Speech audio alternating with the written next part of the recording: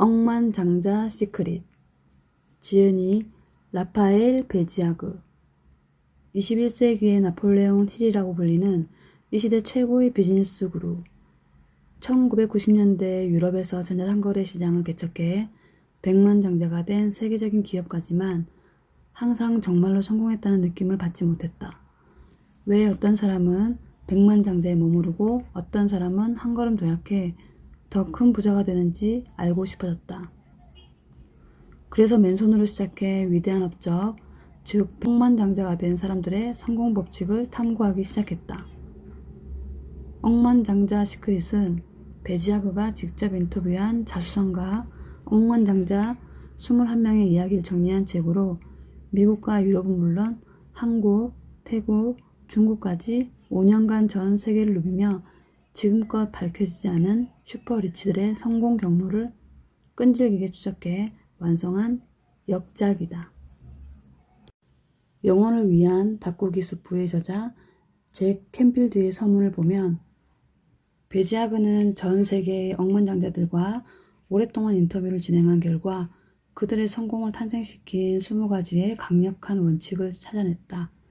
그 노력의 결과물이 지금 당신의 손에 들려있는 이 책이다.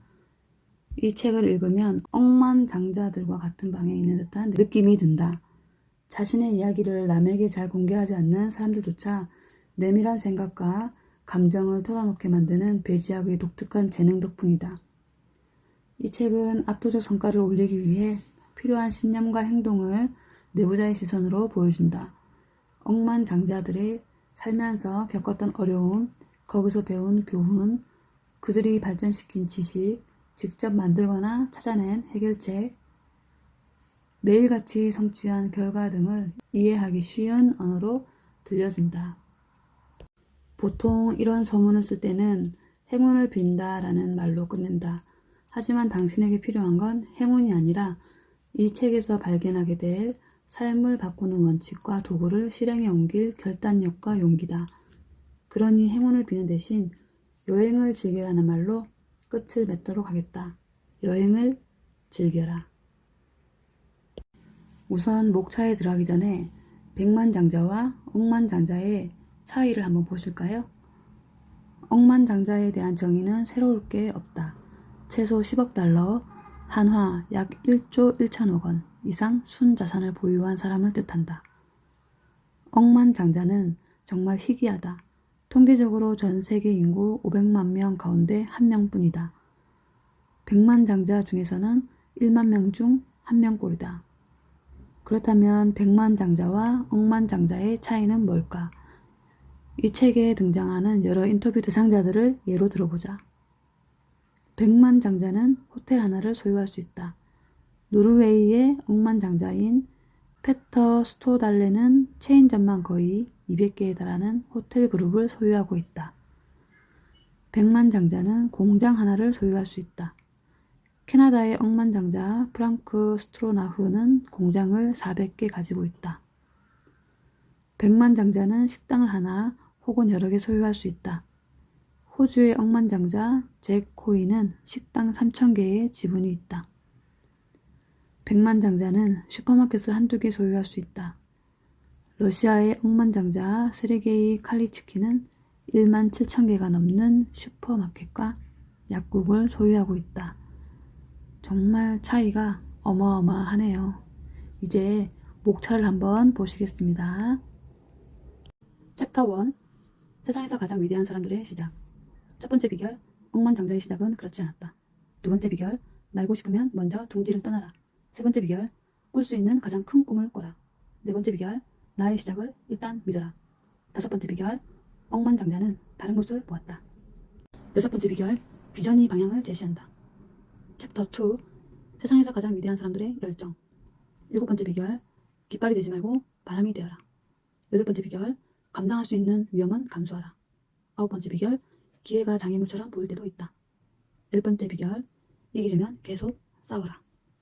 11번째 비결, 관습에 순응하지 마라. 12번째 비결, 열정으로 모든 걸 뛰어넘자. 13번째 비결, 끝없는 발전을 추구하라. 챕터 3. 세상에서 가장 위대한 사람들의 습관. 14번째 비결, 억만장자가 되는데 필요한 6가지 기술. 15번째 비결, 부의 6가지 습관. 16번째 비결, 속도가 생명이다. 17번째 비결, 돈이 많을수록 검소해져라. 18번째 비결, 억만장자는 거짓말하지 않는다. 19번째 비결, 감사하는 마음으로 보답하라. 20번째 비결, 대가를 치러라. 그리고 부록으로 자수성가 억만장자의 명단이 들어있습니다. 억만장자의 시작은 그렇지 않았다.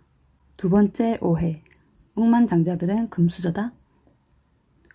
억만장자가 되려면 반드시 부유하고 자녀를 적극 지원하는 가정에서 태어나야 한다고 생각하는가? 그렇다면 모헤드 알트라드의 사례를 살펴보자. 알트라드는 시리아 사막에서 베두인족의 자녀로 태어났다. 그의 가족은 가축에게 물을 먹일 목초지에 천막을 설치해 살다가 초목이 사라지면 멀리 이동하는 유목민이었다. 그의 아버지는 책임지기 싫다는 이유로 갓 태어난 알트라드와 아내를 집에서 내쫓고 알트라드의 동생을 죽였다. 알트라드는 늘 굶주린 채 어머니와 부족 주변을 맴돌며 살아갈 수밖에 없었다. 그의 인생이 남들에게는 너무나 하찮았던 나머지 그의 생일을 기억하는 사람은 아무도 없었다. 그래서 지금까지도 그는 자기가 언제 태어났는지 모른다. 자녀들이 생일을 함께 축하하고 싶어 해서 날짜를 임의로 정했다고 한다. 그런데 3학년 때 기적이 일어났다. 아버지에게 낡은 자전거를 받은 것이다. 아버지가 준 최초이자 유일한 선물이었다. 이 자전거를 통해 알트라드의 기업가적 천재성이 처음으로 드러났다. 그는 자전거를 학우들에게 빌려주고 돈을 받았다. 큰 돈은 아니었지만 그걸로 교재를 구입할 수 있었다. 학교가 자신의 운명에서 벗어날 유일한 기회라는 사실을 알고 있었던 알트라드는 열심히 공부했다. 국가에서 지급하는 유학 장학금까지 받을 정도였다. 학교를 졸업하고는 프랑스에 건너가 파산한 회사를 인수해 사업을 시작했다. 그 후 30년 동안 알트라드 그룹에 자회사를 200개 이상 추가했다. 현재 알트라드는 억만장자다. 나의 시작을 일단 믿어라. 낙관론과 긍정적인 마음가짐. 실리콘밸리의 전설적인 투자자 팀 드레이퍼는 비관론자와 낙관론자 중 무엇이 될 것인지는 스스로 선택하는 것이라 말한다. 그에 따르면 낙관론자는 모든 걸 성취하고 비관론자는 아무것도 이룰 수 없다. 낙관론자는 비관론자에게 가끔은 이런 게 먹힐 수도 있다고요 라고 말하는 사람이다. 따라서 둘 중 하나를 선택해야 한다면 낙관론자가 되자. 내가 인터뷰한 자수성가한 억만장자들은 모두 자신을 열정적인 낙천주의자, 긍정적인 생각을 가진 사람으로 묘사하며 그걸 자신의 강점으로 여긴다. 예를 들어 필리핀 억만장자 토니탄 칵성은 심지어 슬프거나 고통스러운 일을 거의 기억하지 못한다. 항상 사물의 긍정적인 면만 보기 때문이다. 억만장자들은 부정적인 생각에 시간을 허비하지 않는다. 이들은 힘든 시간이 영원히 계속되는 법은 없다고 믿는다. 그리고 자기 자신뿐만 아니라 다른 사람들에 대해서도 긍정적으로 생각한다. 억만장자들은 돈을 위해서 일하지 않는다. 그들을 움직이는 건 돈이 아니라 게임의 재미다. 결코 정착하지 않고 결코 편안해지지 않으며 결코 은퇴를 갈망하지 않는다. 단순히 부자가 되려고만 한다면 절대 그 지점에 도달할 수 없다. 페터 스토달렌. 깃발이 되지 말고 바람이 되라. 실행하는 사람만이 쟁취한다. 자리에서 일어나 움직여야만 성공할 수 있다. 미하일 솔로포프는 일단 뭔가를 하는 것이 가장 중요하다고 말한다. 적극적으로 나서야 돈 벌 기회를 가질 수 있다는 것이다.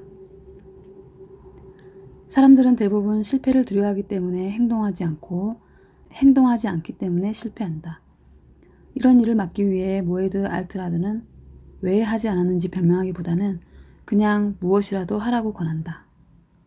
보통 등산을 계획할 때 가장 힘든 게 뭔지 아시나요? 바로 나의 집 문턱을 넘는 것이라고 하네요.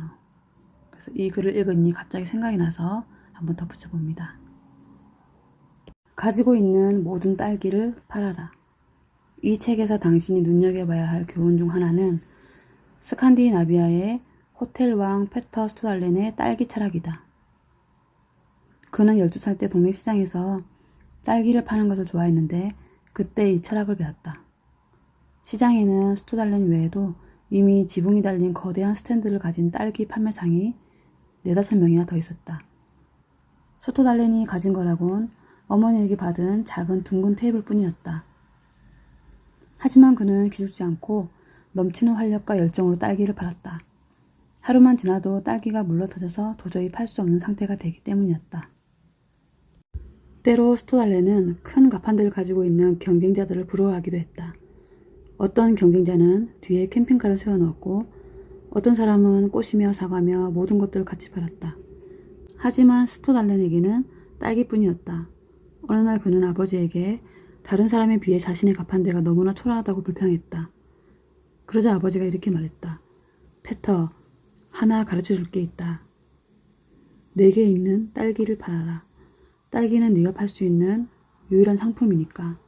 그날 밤 잠에 들기 직전 스토달렌의 머릿속에 마지막으로 떠오른 생각은 아버지는 천재야. 언젠가는 내가 아버지 가게를 물려받을 거야. 라는 것이었다. 이 충고는 그의 인생 판도를 바꿨다. 스토달렌은 시장에 나가 씩씩하게 잼을 만들고 싶으면 딸기 2상자를 사세요. 그러면 덤을 줄게요. 라고 외쳤다. 다시 찾아온 고객들에게는 항상 여기 정말 좋은 딸기가 있어요. 아주 싱싱하고 크기도 가장 큰 최고의 과일이에요. 라고 했다. 12살 스토달렌은 지역신문에서 노르웨이 최고의 딸기 판매상이라는 칭호를 받았다. 공식적인 칭호는 아니었지만 스스로도 그렇게 생각했다. 경쟁자들보다 4~5배나 많은 딸기를 팔았기 때문이었다. 운이 좋은 날에는 딸기를 2,400상자나 팔아서 아버지의 식료품점 2곳보다 더 많은 수입을 올리기도 했다. 이 딸기 철학은 스토달렌의 가장 큰 성공 요인이 됐다. 그는 만약 내게 그 호텔이 있다면, 그 쇼핑센터가 있다면, 그 차가 있다면, 그만큼 많은 돈이 있다면 같은 말을 하지 않는다. 그런 식으로 생각하면 끝이 없기 때문이다. 대신 자기가 가진 것에서부터 시작한다. 감당할 수 있는 위험은 감수하라. 사람들과 어울리기 좋아하는 성격이라면 언제나 거절당하는 게 두려울 것입니다. 저는 이민자의 영어 실력도 별로 좋지 못했어요. 그래서 사람들이 날 좋아하지 않을지도 모른다고 두려워하게 되었죠. 하지만 이제는 두려움을 어느 정도 극복했습니다. 모든 사람이 날 좋아하게 만들 수 없다는 걸 깨달았기 때문입니다. 모두가 당신을 좋아하길 바란다면 아무것도 하지 말고 아무것도 되지 말고 아무것도 지지하지 말아야 합니다. 그런데 당신이 무슨 일을 하면 미워하는 사람들이 꼭 생겨요. 결국 남들의 시선은 중요하지 않다는 뜻이죠. 용기를 기르는 6가지 방법. 억만장자들은 대부분 자신에게는 한계가 없다고 생각한다. 심지어 때로는 두려움도 느끼지 않는다. 그들은 위험을 감수하는 걸 멈추지 않는다. 그렇다면 어떻게 용기를 기를 수 있을까? 먼저 첫 번째로 실패할 수도 있다는 사실을 받아들여야 한다. 두 번째로 자기가 아주 작고 중요하지 않은 먼지 같은 존재며 삶은 매우 제한적이라는 사실을 깨달아야 한다. 세 번째로 사업에서의 위험은 본인의 무지에서 비롯된다는 것을 깨달아야 한다. 네 번째로 더 멀리 보는 버릇을 들여야 한다. 다섯 번째로 인생 자체를 모험과 도전으로 여겨야 한다. 여섯 번째로는 안전망을 확보해야 한다입니다. 어떤 일에 기꺼이 도전해서 돈을 잃거나 창피를 당하거나 체면을 잃거나 문제가 생기더라도 다음날 다시 일어나 일하러 나가는 것. 그게 바로 성공하는 힘이다. 자기가 어리석어 보이거나 실패할 수 있는 일도 기꺼이 도전해야 한다. 팀 드레이퍼. 관습에 순응하지 마라. 자신의 삶을 살아라. 독립은 억만장자들의 삶에서 중요한 요소다. 그들은 스스로도 독립성을 주장할 뿐만 아니라 자녀들에게도 이런 독립적인 사고방식을 물려주려고 한다. 자녀가 자유롭게 생각할 수 있는 사람이 되기를 바라기 때문이다. 페터 스토달렌은 평범한 부모가 자녀에게 하는 말과 반대로 성적은 중요하지 않다고 말한다. 그는 자녀들에게 다음과 같은 점을 강조한다. 무슨 일을 하든 행복하게 해야 한다. 아빠의 방식을 따르는 게 아니라 너만의 방식을 택해야 해. 엄마가 원하는 길이 아니라 너의 인생을 선택하라고. 네가 원하는 대로 인생을 사는 게 중요해. 자기가 하는 일에 만족하기만 한다면 네가 원하는 일은 뭐든지 해도 좋다. 토니 탄 각성도 자녀들에 대해 비슷한 철학을 갖고 있다. 그는 아이들이 인생을 즐기면서 자신의 요구와 일정에 따라 살아가는 방법을 알았으면 좋겠다고 이야기한다. 다른 사람의 신념이나 사회의 믿음만 따른다면 자기가 원하는 인생을 살 수 없기 때문입니다. 자신의 일을 사랑하는 사람만이 성공한다. 열정은 사업가의 중요한 자질 중 하나며 내가 인터뷰한 많은 억만장자들의 성공 비결이다. 자기가 하는 일에 열정이 있다면 스스로 동기를 부여할 수 있고 추진력이 생기며 끈질기게 도전하게 된다. 오직 열정만이 우리에게 혹독한 시작을 이겨내고 앞으로 마주치게 될 많은 장애들을 극복하는 데 도움을 줄 수 있다. 그러니 투지를 품자. 부의 6가지 습관. 습관의 쇠사슬은 너무 가벼워서 끊을 수 없을 정도로 무거워지기 전까지는 느껴지지 않는다. 워렌 버핏.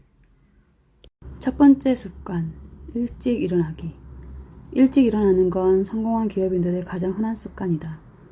내가 인터뷰한 자수성가한 억만장자들은 대부분 이를 성공의 중요한 요소로 꼽았다. 사람마다 약간의 차이는 있지만 이들은 평균적으로 새벽 5시 30분에 일어났다.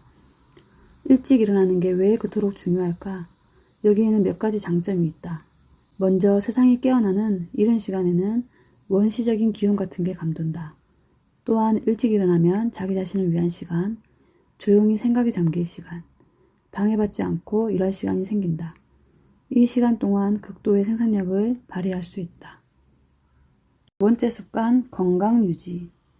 사업에서든 일상에서든 건강은 매우 중요한 요소다. 건강을 잃으면 삶이 불행해지고 아무리 성공해도 더 나아갈 수가 없다. 건강하지 않다면 사업을 하는 의미가 없다. 잭 코이는 지금 알고 있는 것을 그때도 알았더라면 이라는 제목의 강연에서 이 사실을 강조하며 이렇게 말했다. 건강을 잃으면 다른 건 아무것도 중요하지 않습니다.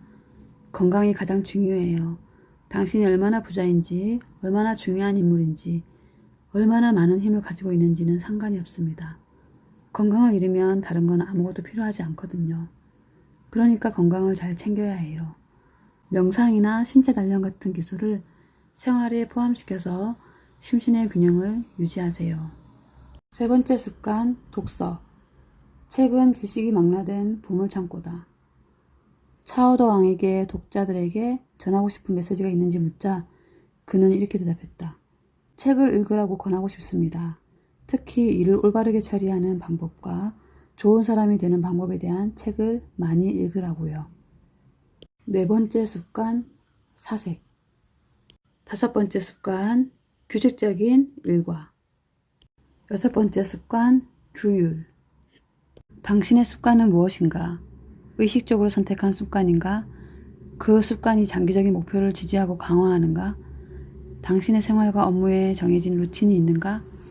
부의 6가지 습관을 모두 활용하고 있는가? 지금이 바로 모든 걸 시작해야 할 때다. 보통 사람, 백만장자, 억만장자 비교해 놓은 게 있는데요. 보통 사람은 목표 없이 이리저리 전전하는 사람들은 의식적으로 습관을 기르지 않는다. 백만장자들은 의식적으로 습관을 지키긴 하지만 부의 6가지 습관 모두를 꾸준히 지키진 않는다. 억만장자들은 부의 6가지 습관을 모두 열심히 지키며 어떤 상황에서도 타협하지 않는다 라고 나와 있습니다. 우리는 어떤 사람에 속할까요? 성공에 있어 가장 중요한 건 토대다. 언제나 가장 관심을 기울여야 할 것은 결과가 아니라 당신이 건설하는 토대라는 이야기다. 결과는 언제나 그 뒤를 따를 뿐이다. 세르게이 갈리츠키. 돈이 많으면 검소해져라. 돈을 좋아한다면 쓰지 말고 간직하라. 리리오 파리소토는 6살 때부터 일을 하면서 돈을 소중히 여기는 법을 배웠다. 아주 적은 액수였지만 그는 번 돈을 꺼내 이리저리 뒤집어 보며 확인하는 걸 좋아했다. 그는 돈과 사랑에 빠졌다. 파리소토는 이렇게 말했다. 사람들은 돈을 받기도 전에 써버립니다. 그래서 돈의 노예가 되는 것입니다. 돈을 좋아하나요? 좋아하는 것이 있으면 어떻게 하나요? 아마 계속 간직하고 싶겠죠. 요즘 사람들은 돈을 좋아하지 않습니다. 그래서 돈이 생기기도 전부터 다 써버리는 것입니다. 오늘날 파리소토는 억만장자고 남아메리카에서 손꼽히게 부유한 사람들 중 한 명이다. 신뢰가 신뢰를 낳는다. 신뢰를 쌓으려면 어떻게 해야 할까? 일단 시간을 지키는 간단한 일부터 시작하자. 차오더 왕은 항상 시간을 엄수해야 합니다. 누군가와 약속을 했으면 반드시 그 자리에 나가야 하고요. 라고 강조한다. 약속을 지키는 것도 중요하다. 약속은 곧 본인의 명예다. 프랑크 스트로나흐는 어떤 말을 했으면 반드시 지켜야 하고 자기가 말한 대로 행동하는 게 무엇보다 중요하다고 이야기한다. 자신에게 유리한 계약을 엄수하는 건 쉽다. 하지만 자기에게 불리해 보이는 계약을 지키는 게 더 중요하다. 믿을 수 있는 사람이 되고 싶다면 빈말은 하지 말자. 당신의 진심은 어떠한가? 확실한 가치관을 갖고 있는가? 아니면 필요한 경우 원칙을 무시하는가? 겸손하고 현실적이며 선행을 하려고 노력하는가? 당신은 타인이 믿고 신뢰할 수 있는 사람인가?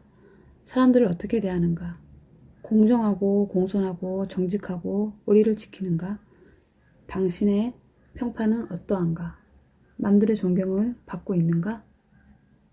여기서 보통 사람, 백만장자, 억만장자에 대해서 마지막으로 살펴보면요.